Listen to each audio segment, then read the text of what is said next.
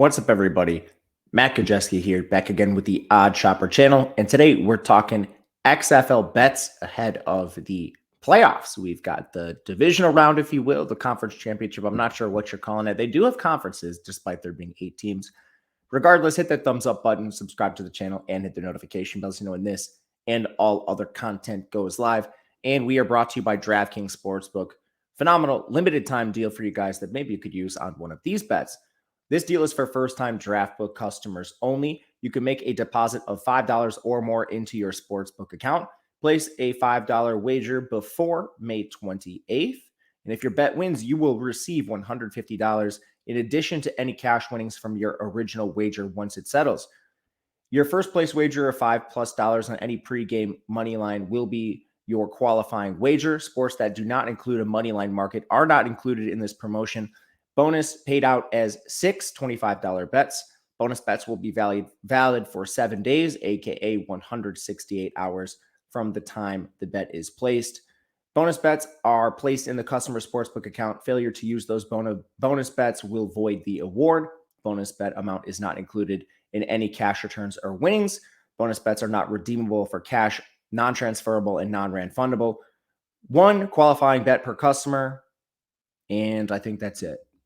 That's all the details. Regardless, it's a sick deal. It's essentially $150 for free into your account if your bet wins. So go hit something big on the money line.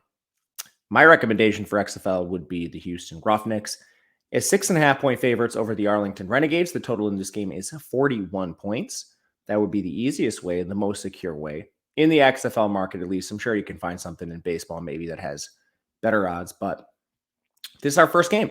It's on Saturday, and this is actually a rematch of a game that was played last week, but tough to gather anything from that game. Houston did not play their starting quarterback, Brandon Silver, but we still had Arlington try to no success. They scored 9 points. They lost 25-9. And this is a game I'm immediately looking at the under. Houston's been a team that struggled mightily in recent weeks scoring the ball. They did score 28 points against Vegas in week 9. That was Vegas. Prior to that, 17 points against San Antonio. Prior to that, they scored 15 against St. Louis. And this team has kind of been on a little bit of an offensive skid in recent weeks. So I don't even know if helping Brandon Silvers out by resting him was the key to this game. And then on the other side, Arlington has not been able to score points all season long. In week 10, they did put up 9 points against Houston. That's not really saying much. But prior to that, when they got Luis Perez, they put up 26 on DC. Well, it turns out DC is the second worst pass defense. They put up 18 on Orlando. That's actually kind of bad considering Orlando's defense was the worst in the XFL. So right away, I don't think Arlington really can score much here. And then on the Houston side, even with Brandon Silvers back, I'm not sure this is an offense that's going to put up a lot of points. Arlington's defense is actually okay. 6.8 yards per pass attempt allowed. It's in the top half of the league. 3.8 yards per attempt on the ground. That's actually in the top 2 of the league. So you got a top 2 defense, top half pass defense going up against Brandon Silvers, who's a pocket statue. And then meanwhile, you have an offense that can't score yourself. We'll go under 41 points as our first play in the championship round of the XFL. Second game, we have Seattle taking on DC, 3-point spread in favor of the Defenders. The total in this game is 49 points. I kind of like the over here too, actually. Another little total bet. Excuse me. I kind of like the over. I like the under in the previous game, just to be clear. But my favorite play is actually taking a look at Seattle. We mentioned that DC has the second worst pass defense in the XFL. Well, it turns out, what does Seattle want to do? They're essentially running you 4 wide every single play. They have the fastest pace in this league. They're actually ahead of DC now. They're top 2. Another thing pointing towards the over. And they have the highest pass rate. Not to mention that, but they have the best signal caller, Ben DiNucci, Ja'Cory Pearson, Josh Gordon, the best receiving core in the league.